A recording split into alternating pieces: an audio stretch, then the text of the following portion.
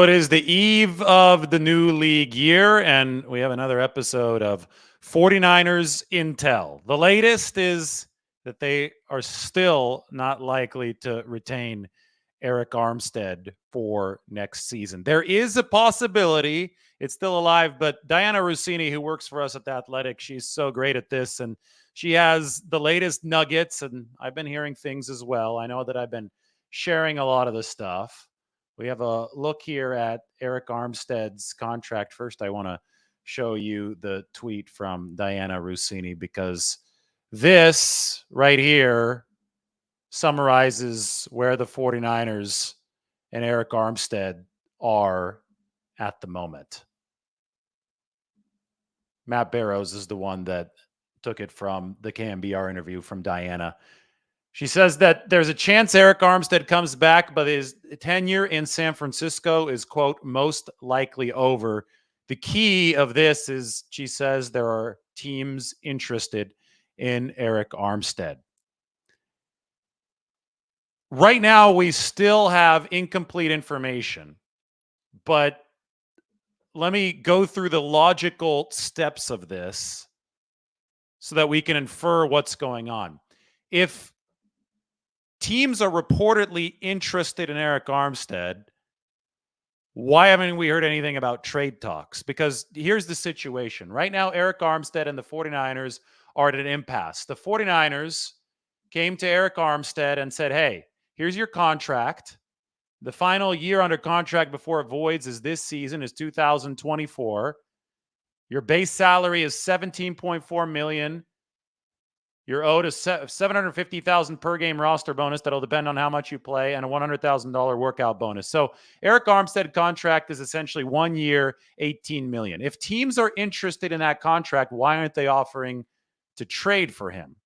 Well, if there are no trade talks, and I don't know, maybe there are some trade talks behind the scenes, maybe we'll be surprised.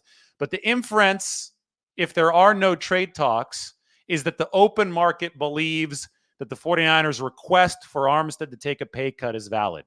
If there are no trade talks, it means that other teams do not think that Arik Armstead at 1 year and about $18 million is something that they would like to have. It means that other teams are interested in Armstead, but at a lower price. We know where the 49ers stand in general. We don't know exactly where they stand, but we know that they would like to have Armstead back, but at a lower price than this. They want to lower the base salary of $17.41 million.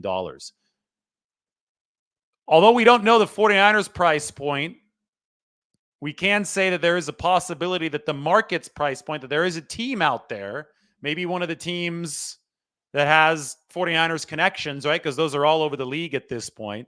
You've got the Houston Texans. You obviously have the New York Jets. You've got the Tennessee Titans with Rand Carthon.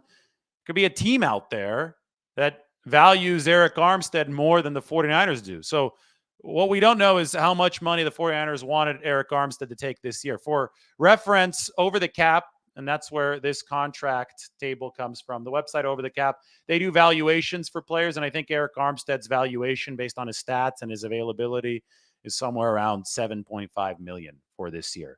So say the 49ers said, hey, well, Arik, we want to cut your salary $10 million. We want to make it $7.4 million for the season. And say that Arik Armstead said, no, I'm not taking that pay cut. You can release me, or I'm paying at a higher price, but I'm not going to play at $7.4 million. This is all hypothetical.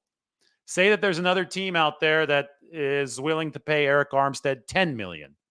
And the 49ers are only willing to pay 7.4. In that case, the market's price point would be higher than the 49ers, and it would make sense for the 49ers to just walk away from this, to release Arik Armstead, let him go where he wants, because he's not agreeing to a lower salary than the one that they outlined in the original contract. None of that's guaranteed, right? So the team has leverage here to lower it, but the player has leverage to not sign anything that's lower than that, and can tell the team, release me, because I'm not going to play. I'm not going to play at this lower price that you're presenting. So if the 49ers price point is lower than the markets, that means that, and I think that's probably what is going to be the case here. I think that's most likely the case. there's somebody that's willing to pay Arik Armstead a little bit more, at least a little bit more than the 49ers, then you could see both sides walking away. Now, the other possibility, though, is that the 49ers price point is exactly where the market's is. That's very, very possible still. Say that the 49ers believe that Arik Armstead is worth $10 million a year, and say that one of these other teams or a couple of these other teams also believe that he's worth $10 million a year and would be willing to bring Arik Armstead back at that rate. At that point, this is the key factor. Are bridges still intact? How did this entire negotiation, how did this entire back and forth between the 49ers and Arik Armstead go? 49ers come up to Arik and they say, hey, we need you to take a pay cut. It's not cost efficient for us to have you playing at $17.4 million base salary this year. Arik Armstead, hypothetically, does, well, I played through a torn meniscus for you over the course of the past playoffs. I had to have off-season surgery. I've done all this, blood, sweat, and tears for the team over the course of the past, a long time, for the past 9 seasons, right? Arik Armstead has 9 seasons under his belt. This is the longest tenured 49er. I think it's insulting that you asked me to take a pay cut. Again, all hypothetical. Stuff like this, contract discussions like this can lead to animosity. They can lead to bridges being burned. I don't know how this one is approached, but my question is, are bridges still intact? Because if the 49ers price point for Arik Armstead is the same as the market's price point, theoretically, both sides should be able to agree to lower the salary and move forward, because that is the optimal path forward for both sides. But if both sides are not cooperating, if bridges aren't intact anymore, then that could lead to a dissolution. So I think that right now we're wondering all these questions that I just posed. Where exactly are the 49ers? Where exactly is Arik Armstead in terms of both price and in terms of both price and in terms of how the negotiations are actually going, and if they're on decent enough speaking terms to make this work. We do know that the tenor of everything that's been reported, which is coming probably from Armstead's representatives, and maybe some stuff is coming from the 49ers through the different national reporters. We don't know because the sources aren't named, but the tenor of everything has suggested that it's less likely that Arik Armstead is back with the 49ers than it is likely. But nothing has really ruled out Arik Armstead re-signing with the 49ers. I've brought up the Darius Slay example with the Philadelphia Eagles last year. It looked like the Eagles were going to cut him because they obviously couldn't reach an agreement on a pay cut on a deal that was more financially palatable for Philadelphia. But then the very next day, the Philadelphia Eagles re-signed Darius Slay to a new contract. So this kind of stuff can evolve. The Armstead stuff can still evolve. I will say that an inflection point is coming tomorrow, and this is an actual inflection point. If the 49ers are going to release Arik Armstead, they will incur a lot of dead money, $25.9 million of dead money. That's because of this. That's because you look at his contract and you see these 2 columns under prorated bonus, signing and option bonus. The 49ers have given Arik Armstead a lot of prorated bonus money as part of his original deal and as part of 2 restructures, including one last year. According to NFL rule, any money paid out as a bonus can be prorated over the course of at most 5 years to spread it out over the course of a contract. So you don't necessarily have to face the cap hit of the bonus, or at least most of the bonus that you've paid, because you can stretch it out like an accordion. So the 49ers have paid Arik Armstead $25.9 million in signing and option bonus money, but only a fraction of that has hit the cap so far. It's scheduled to hit the cap at a fairly high rate this season, 2024. It's hitting the cap with $8.8 million in signing bonus money, $1.5 million in option bonus money. So quick napkin math, that's what, $10.3 million total in bonus proration hitting this year. Next season, 5.5 plus 1.1 plus 1.5. That is about $7 million in bonus money hits the cap. In 2026, $5.5 million is expected to hit the cap. And by 2027, 2.9. So about 3 million is expected to hit the cap. If the 49ers do release Arik Armstead, all the money that hasn't hit the cap yet, but has already been paid out to Armstead, will accelerate and hit the cap immediately. So you'd have $25.9 million in dead money hitting the cap immediately. However, the 49ers can push the hits of 2025 and beyond back, so they wouldn't actually hit in 2024, so they would save some 2024 space. They can push the 5.5 million here, the 5.5 million in 2026, and the 3 million in 2027 back to 2025 by designating Arik Armstead for a post-June 1st release. So the accordion will collapse if the 49ers release Arik Armstead. All of those stretched out cap hits will have to hit immediately, but they could still keep the accordion spread out a little bit if they designate Armstead for a post-June 1st release. They cannot designate him for a post-June 1st release if he is not on the roster through the first day of the new league year. The first day of the new league year is tomorrow. So if the 49ers had released Arik Armstead this week, he wouldn't be eligible for that post-June 1st designation. He's got to remain on the roster through tomorrow, and then the 49ers can release him post-June 1st. And if you do that post-June 1st, well, then right here, you could see the dead money hit in this column. It's $25.9 million. That becomes a lot smaller this season. It becomes only about $10 million. And you can actually free up some space later in the season. Now, the space you free up won't be available until after June 1st. That fits within the definition of the designation, but you still will have more wiggle room to potentially make a trade during the course of the season that you wouldn't have had otherwise. That's where cap room is most valuable. So you can inherit contracts midstream during the course of a season. So Armstead this is not financially efficient business for the 49ers. They will save if they do release Arik Armstead outright without the post-June 1 designation. They will save about $2.5 million. That will open up right away. But the majority of savings for the 49ers don't really exist. They would come in the future because you're just not paying the $17.4 million salary this year. That much is guaranteed. So the $17.4 million salary, that would come off the books if you release Arik Armstead. But all of this money right here that's already been paid out to him but hasn't hit the cap, that would accelerate to basically swamp the $17.4 million in savings. So you wouldn't really be feeling any better until future seasons when Arik Armstead's voided money right here, void year money, came off the books, and it only comes off the books because it has to hit quicker right now. Either way you look at it, there's a lot of dead money and relatively small savings here. There still are savings, though, right? So the dead money, that's a sunk cost. That's something you've already paid out to Arik Armstead. There still are savings, and you don't want to dig further into the hole than you have to. That's called sunk cost fallacy. So even though you have a lot of dead money with this deal, you don't want to shovel in $17.4 million more just because you already have a lot of dead money there to Arik Armstead if you don't believe that $17.4 million is worth it. If you don't believe that he's healthy enough to justify that kind of salary. So you can't compound a bad situation if you're the 49ers. That's what they're looking at right now. And that's why they're trying to get Arik Armstead to take a pay cut, because they don't want to compound the bad situation.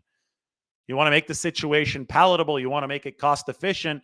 But if Arik Armstead's not agreeing to the 49ers' proposal of cost efficiency, whatever is cost efficient in their mind, then it's not a good match anymore. And that's why we can always circle back to this. That's why there's a chance that Arik Armstead comes back, according to Diana Rossini, but his tenure in San Francisco is most likely over. All right, so this is 49ers Intel. We can talk about more than just Arik Armstead today. We can talk about the fact that Deebo Samuel is changing jersey numbers to number 1 from number 19, and his nameplate on the back of the jersey will now be Deebo or Samuel Sr. I won't say Deebo, but Deebo has a son who's Deebo Samuel Jr. The jersey is now jersey number 1, and it will say Samuel Sr. This is Deebo's college number at South Carolina, number 1. I was talking a lot today about the theme of 49ers free agency. They've signed 3 guys. Value along the defensive line is, I think, the ultimate theme for the 49ers. Leonard Floyd, Yetur Gross-Matos, and then Jordan Elliott today, the three defensive linemen. Neither of these three guys has a massive contract. The 49ers have been looking for bang for your buck at every corner with a team that's loaded with superstars and big deals, a team that's trying to be as cost efficient as possible. You see one of the big deals, they're trying to reduce the size of it here with Arik Armstead. That makes total sense. I think it goes along with most of our predictions. When you watch the roster builder and you looked at how I built the roster, it was all about constructing this team with sturdy talent at the margins. Because you have the A-list talent. There's so much of it. There's probably more A-list talent on the 49ers than there is with any other team. And next season is most likely going to be the inflection point for the 49ers in determining whether or not they're going to keep the majority of their A-list talent, because Brock Purdy is going to have to get paid in all likelihood next season. So when you have that kind of team setup, when there is a certain level of top heaviness to the team, you have to realize that teams aren't built up of 53 superstars. They're built up of a handful of superstars at most, and the 49ers are already bursting at the seams with highly paid superstars. They're built up with that core, and then you've got to find the glue pieces around them. So most of the transactions that you make are going to be about the glue pieces. And that's why, these super teams, I remember the 2011 Philadelphia Eagles. That's why these super teams often implode, because everybody talks about the A-listers and the superstars, but they're not talking about the 42 other guys on the roster who are collectively just as important to the team's success. You can't win with only 9 or 10 guys in football. You've got to win with 53 plus in football. So the 49ers free agency this year, and you could see this coming from a mile away just because of the limited cap space, just because of the fact that the team was becoming more and more top every season. The 49ers free agency this year has been focused on finding that value at the margins. And so far, we've seen signings along the defensive line. I'm sure we'll see additions to the offensive line moving forward. Tomorrow, the new league year starts, so we're still very early in this process. We might still see an addition at linebacker. We might still see something on the offensive side of the football. At safety, Rayshon Jenkins visited the 49ers today. But defensive line is where this has started. And today they picked up, we're talking about Arik Armstead, and we're talking about Javon Kinlaw, who signed with the Jets late last night. Today, the 49ers picked up Jordan Elliott, who is a space-eating defensive tackle, athletic guy, but he's got some bulk to him, and he earned a starting spot on a very good Cleveland Browns defensive line. They picked up Jordan Elliott with the hopes that they're going to improve their run defense. This guy ranked number 6 in run-stop win rate, which is measured by ESPN over the course of last season. He's improving as a pass rusher. He's got 4.5 sacks over the past 2 seasons. Didn't play all that much. Definitely didn't start over his first 2 years. So they've picked up an ascending player. We don't have the contract details yet. The initial details say 2 years, $10 million. So that's $5 million per year. But those are usually agent driven, and there's going to be a lot of fluff in those early numbers. I would assume that Jordan Elliott's going to be ranked around number 35 to number 40 in terms of pay as a defensive tackle. So it's certainly not a pricey deal. And they have him probably to replace Javon Kinlaw, which is rotational depth at defensive tackle. That was one of the signings. 2 years, up to $10.8 million. Before that, the 49ers re-signed George Odom, their special teams ace, who actually led the NFL in special teams tackles 2 years ago. That deal also reportedly worth about $5 million per year, but there also might be some fluff there. I promise you, as soon as we get the actual numbers, I will share them with you, because that's important stuff to track. Clelin Ferrell also left today, so the 49ers are in a position where they're having to pick up the slack of several hundred snaps, maybe even thousands of snaps when you combine it along the defensive line. With Ferrell gone, with Javon Kinlaw gone, you have somebody like Kevin Givens hasn't re-signed yet. So it's very clear why the 49ers are looking to guys like Jordan Elliott, why they've signed Leonard Floyd, why they signed Yetur Gross-Matos, because this is probably going to be the largest turnover of defensive linemen that they've seen in the Shanahan-Lynch era. But with that, there's a chance to get better. With that, the 49ers can actually make this team stronger at the margins than it has been at the past. And to illustrate, you could see here, there's a lot of teal, and teal's the color that I use for new signings for the 49ers. There's a lot of teal in that defensive line room. The margins of that defensive line room, and I absolutely consider Leonard Floyd a player on the margins. I absolutely consider Jordan Elliott. Maybe to illustrate, I should put Jordan Elliott into the second string here, because I think that the 49ers are still on the market for a starter if Arik Armstead doesn't return. I've already got Arik Armstead relegated to the second string because it's not likely that he returns. If something does happen and that turns around and he does return, of course, we'd slot him into a starting job. But the 49ers are focusing on the margins, which are so important for any championship caliber team. They're entrusting Chris Kasarik with development of these players. Obviously, he's been part of the scouting process because Chris Kasarik, it's been all about getting Chris Kasarik what he needs to build a good defensive line room, and he's done a fantastic job over the course of the past several seasons. This has been the engine of how the 49ers have worked, and they have 3 new pieces with potentially more coming, and not just through free agency, but also in the draft to the defensive line room.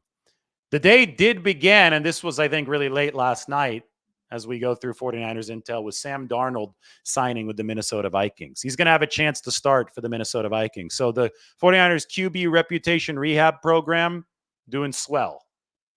Very good results for that. And right now I've got Brandon Allen slotted in as quarterback 2. Maybe the 49ers sign somebody, probably not. Maybe they draft somebody. It's very possible. That could slide Brandon Allen down to quarterback 3, but as of right now, we have Brandon Allen in line for a promotion to Brock Purdy's backup. But the 49ers will still need at least one more quarterback on the 90-man roster. We will see how they obtain him over the course of this offseason.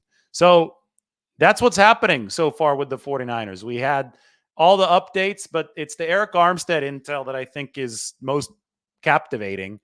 And I think that this standoff, I think we'll probably finally see some movement tomorrow, because the 49ers are going to be in a position where they can release Arik Armstead with that post-June 1st designation, which is the most palatable way of operating, I think, if they do release him.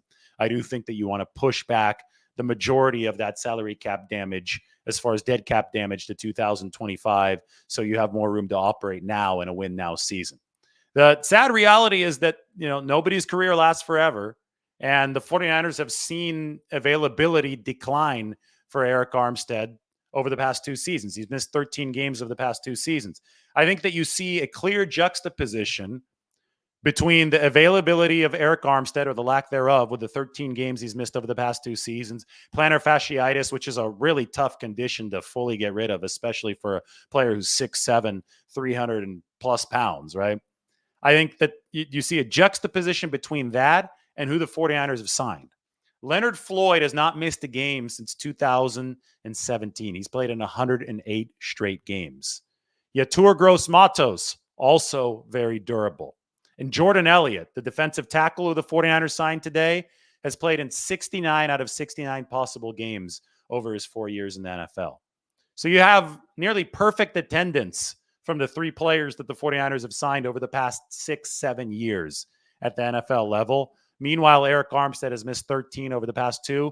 They say that availability is the best ability. And when I sat down with John Lynch during the course of this season, and I talked about the vision statement, I wrote that big article about how they crafted a vision statement with a Stanford professor back in 2017 to guide this organization. It actually turns out that the 49ers amended the vision statement a couple years back after they were going through so many injury difficulties. And their vision statement, as far as what they were targeting in players, they added a very clear line that said, we need players who are dependable, who are available. Availability is a massive, massive criterion that the 49ers use when going and selecting new players. And you could see it through their actions. Leonard Floyd, again, hasn't missed a game in 108 tries, 108 out of 108 since 2017. Jordan Elliott has not missed a single game in his NFL career. That's 69 consecutive games for him. You could see that the 49ers are focusing on that. They want to build margins that have value. They want to build margins that have a high floor. They have the high ceiling with the superstars. They want to build a high floor with the meat of the roster. This is the meat and potatoes of an NFL roster. And that's why they want Arik Armstead to take the pay cut, because I think that they're actually building in the fact that the track record says that he's going to miss some games. You want him to take a pay cut. If he doesn't take it, then they have to move forward without him because they have to adhere to their philosophy. So that's what's happening right now with the 49ers. Hopefully that offers you some insight into how this team is thinking and how this team is going to proceed moving forward. This is 49ers Intel. Now it is time for dinner. I'll talk to everybody very soon.